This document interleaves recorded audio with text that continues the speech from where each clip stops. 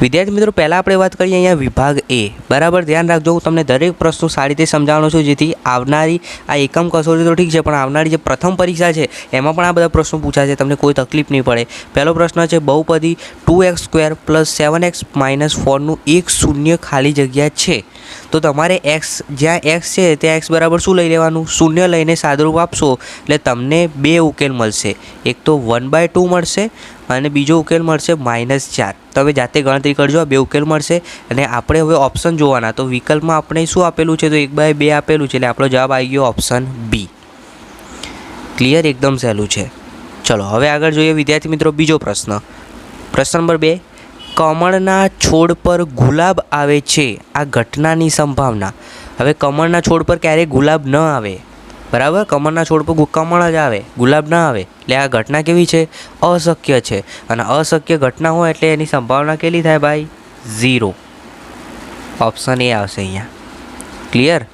હવે વિદ્યાર્થી મિત્રો નેક્સ્ટ છે પ્રશ્ન નંબર 3, જેની અંદર તમને બિંદુ 3 અને -5ના વાયામ કીધા છે. હવે જો આવું આપેલું હોય ને વિદ્યાર્થી મિત્રો, એટલે તમારે મેં દર વખતે કીધું છે, યાદ રાખવાનું x અને y. પહેલી જે હોય x યામ હોય, x યામ અહીંયા 3 છે, y યામ કેટલો છે? -5. તો આપણને પૂછ્યું શું છે પ્રશ્નમાં? y યામ. તો આપણો જવાબ શું આવે? -5. Option D. એકદમ સહેલું. ચલો પ્રશ્ન નંબર 4, 5y = 2 માટે દ્વિચલ સુરેખ સમીકરણ લખવાનું છે. 5y = 2 એટલે 0x + 5y - 2 = 0. આ રીતે આપણો સાચો જવાબ આવે.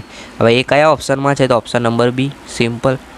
યાદ રાખજો, અહીંયા એક્સનું કંઈ જ નથી એટલે 0x આવશે. ભૂલથી 1x ના આવે.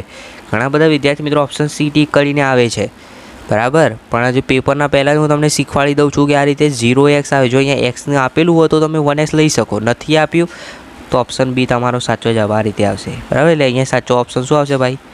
Option number B. પ્રશ્ન નંબર 5, આકૃતિ પરથી જવાબ આપો. ખૂણો એ 1 + ખૂણો 2 + ખૂણો 3. તો ખૂણો 1 શું છે? P છે. ખૂણો 2 શું છે? તો ખૂણો Q છે. ખૂણો R. એટલે ત્રિકોણના ત્રણેય ખૂણાનો સરવાળો પૂછ્યું છે. સાદી રીતે સમજો તમે. પહેલાં સિમ્પલ જ છે. ત્રિકોણના ત્રણેય ખૂણાનો સરવાળો કેટલો? 180. 7મા ધોરણના વિદ્યાર્થીને પૂછો તો પણ આવડે, બરાબર? એટલે ગભરાવાની જરૂર નથી, શાંતિથી સમજો શું કીધું છે. તો એના પરથી તમને ખબર પડી જાય. ત્રણેય ખૂણાનો સરવાળો 180. અને જો અહીંયા આમ કરીને ચતુષ્કોણ આપ્યો, ચારે ખૂણાનો સરવાળો કહે તો 360. ક્લિયર? તો અહીંયા આન્સર આવશે ઓપ્શન ડી. હવે આગળ જોઈએ વિદ્યાર્થી મિત્રો વિભાગ બી. હજી સુધી તમે CR એજ્યુકેશન ચેનલને સબસ્ક્રાઈબ નથી કરી તો નીચે લાલ કલરનું સબસ્ક્રાઈબનું બટન છે, દબાવી દેજો. હજી પણ તમને હું ચેતન લખું 100% ખાતરી આપું છું કે આ ચેનલ થકી તમને ખૂબ જ ફાયદો થશે. એકમ કસોટીમાં તો ફાયદો થાય જ છે, પણ આવનારી જે તમારી પ્રથમ પરીક્ષા છે ઓક્ટોબર 2022માં લેવાના છે, તેમાં પણ તમને આ ચેનલ ખૂબ મદદ થશે. દરેક પેપર સોલ્યુશનના વિડીયો પણ સૌપ્રથમ તમને મળતા રહેશે. એટલે હજી પણ કહું છું સબસ્ક્રાઈબ દબાવી દો અને બાજુમાં આપેલ ઘંટી પર દબાવી દેજો, જેથી નવા વિડીયોનું નોટિફિકેશન સૌપ્રથમ તમને મળતું રહે. વિદ્યાર્થી મિત્રો વિભાગ બીની અંદર જો 2 ગુણનો પ્રશ્ન છે. પહેલો જ દાખલો એકદમ સહેલો છે. P of x માં x = 2 એટલે જ્યાં x દેખાય ત્યાં 2 લખી દેવાનું. તો P of 2 2. હવે અહીંયા x છે એટલે આપણે અહીંયા 2 લખીશું. પછી 2x² એટલે xની જગ્યાએ 2 એનો વર્ગ. પછી વચ્ચે જુઓ માઇનસની નિશાની છે એટલે -x³ એટલે xની જગ્યાએ 2 2નો ઘન. ચલો હવે સાદુરૂપ આપી દઈએ. 2 + 2 4 વત્તાની નિશાની.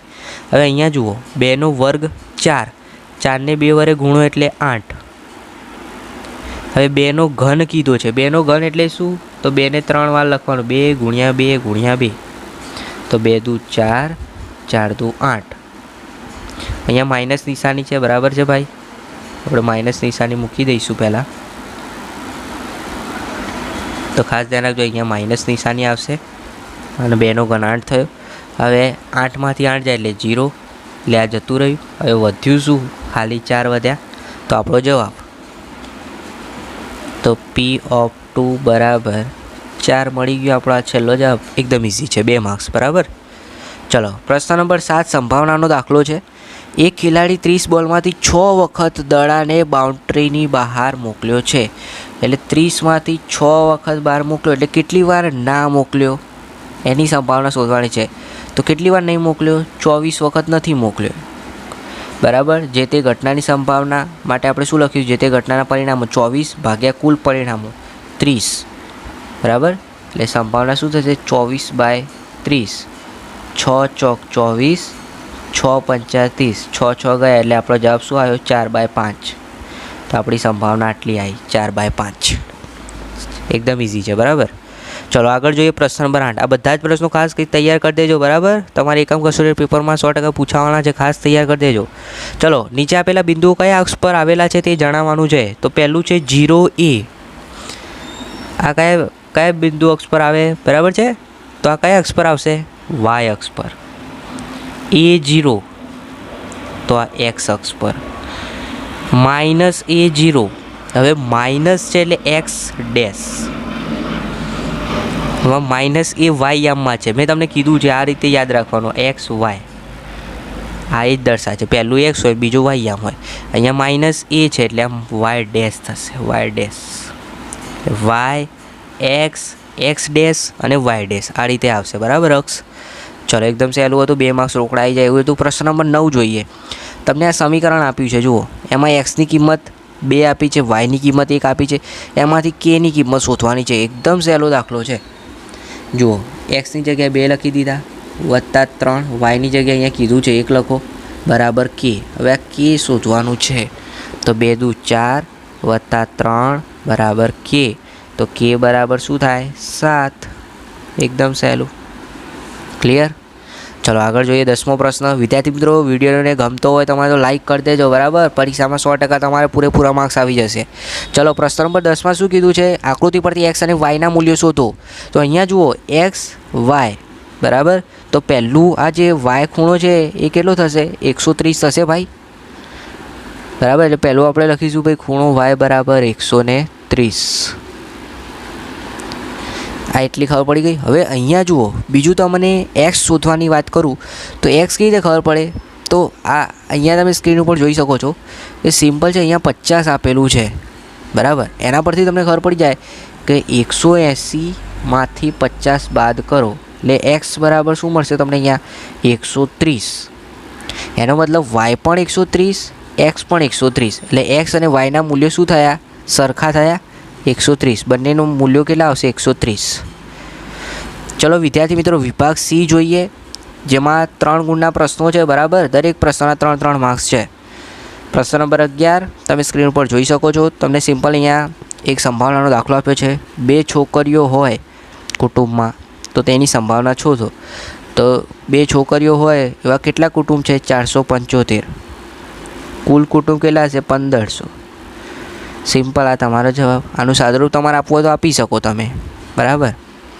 જે બીજી ઘટના છે, 1 છોકરી હોય તો 1 છોકરી હોય તો 814. કુલ કુટુંબ કેટલા? 1500. આ રીતે. 1 પણ છોકરી ના હોય એટલે 0 છોકરી, એટલે એવા કુટુંબ કેટલા છે? 211. કુલ કુટુંબ આપણને 1500 આપેલા છે. સિમ્પલ. સંભાવનામાં તો તમને પૂરેપૂરા માર્ક્સ આવી જશે, બરાબર. એકદમ સહેલું છે. ચલો પ્રશ્ન નંબર 12 જોઈ લઈએ. અહીંયા તમને કીધું છે ખૂણો PRQ મેળવો. ખૂણો PRQ એટલે શું? આવી રહ્યો આ ખૂણો શોધવાનો છે આપણે. PRQ આનું માપ શોધવાનું છે. તો તમે અહીંયા સ્ક્રીન ઉપર જોઈ શકો છો, તમને સિમ્પલ કીધું છે. અહીંયા 135 આ માપ તમને આપી દીધું છે, બરાબર છે. આના પછી તો પણ તમે એટલું અનુમાન લગાવી શકો કે 180માંથી 135 બાદ કરો ને તો તમને તરત જ ખબર પડી જાય. આ આટલું માપ જે છે 180માંથી 35 બાદ કરો એટલે 45 ડિગ્રી આવ્યું. આ એક ખબર પડી, આ 45 આવ્યું. બીજું શું કરવાનું? 180માંથી 110 બાદ કરવાના. 180માંથી 110 તો કેટલા આવશે? 180માંથી ભાઈ 110 બાદ કરીશું તો આપણને 70 મળશે. હવે આ 70 અને આ 45, બરાબર સમજો. તો હવે આ આપણા 70 45 પ્લસ આપણું આયર્યું શોધવાનું છે એટલે એક્સ બરાબર 180. 70 અને 45નો સરવાળો કરશો એટલે જવાબ મળશે 115 વત્તા એક્સ બરાબર 180. હવે એક્સ શોધવું છે તો આ 115 બરાબરની આ બાજુ જાય એટલે માઇનસ થશે. એટલે 180માંથી 115 બાદ કરો એટલે જવાબ આવશે 65. તો આ તમારો એક્સ શું છે? ખૂણો PRQ કેટલો મળ્યો? 65. એકદમ ઇઝી છે વિદ્યાર્થી મિત્રો, તમને એકદમ સહેલી રીતે મેં શીખવાડ્યું, 100% આવડી જશે, પૂરેપૂરા 3 માર્ક્સ આવી જશે. હવે વિદ્યાર્થી મિત્રો છેલ્લો જે 4 માર્ક્સનો પ્રશ્ન છે એમાં 2 માર્ક્સના 2 પ્રશ્નો પૂછેલા છે, જોઈ લઈએ આપણે. પહેલો પ્રશ્ન છે 4x + 3y = 12 ના 2 ઉકેલ શોધો. તો પહેલાં તો આપણે આનું સાદુરૂપ આપી દઈએ, બરાબર. 4x + 3y = 12. તો આનું સાદુરૂપ આપતા હું તમને પહેલાં તો શીખવાડી દઉં. સિમ્પલ આપણે y જે છે એને બેમાંથી કોઈ પણ એક તમે કરતા કરાવી શકો, એટલે 12 - 4x = 3. હવે એકવાર આપણે x = 0 લઈશું અને બીજી વાર x = 3 લઈશું. ક્લિયર? તો x = 0 લઈએ ત્યારે y અહીંયા 0 મૂકો તમે, અહીંયા 0, તો અહીંયા 12/3 વધશે. 12/3 એટલે y બરાબર કેટલો મળશે? 4. અને બીજી વાર x બરાબર આપણે 3 લઈએ ત્યારે આપણને y કેટલો મળશે? તો અહીંયા આપણે 3 મૂકીએ તો 4 × 12 માંથી 12 જાય એટલે 0. 0/3 0, ત્યારે y બરાબર 0 મળશે. એટલે 0 લઈએ ત્યારે y 4 મળે, 3 લઈએ એટલે y 0 મળે. એટલે તમારા 2 ઉકેલ કયા થયા? તો 2 ઉકેલ આ રીતે લખવાનું, તો 0 4 અને બીજો કયો થયો? 3 0. 2 ઉકેલ આ રીતે થશે, 0 4 3 0. ચલો હવે છેલ્લો પ્રશ્ન છે 99ના ઘરની કિંમત મેળવો. બરાબર છે? તો વિદ્યાર્થી મિત્રો આનો જવાબ જે છે હું તમને ડાયરેક્ટ કહી દઉં છું, કારણ કે આપણા જોડે બહુ સમય નથી. બરાબર? અને આનું સંપૂર્ણ જે સોલ્યુશન જોતી હોય તો એના જે સોલ્યુશનની જે જવાબની PDF છે એની લિંક નીચે ડિસ્ક્રિપ્શન બોક્સમાં આપેલી છે, PDF ડાઉનલોડ કરી દેજો. આનો જવાબ આટલો આવશે. બરાબર છે? 9,70,299.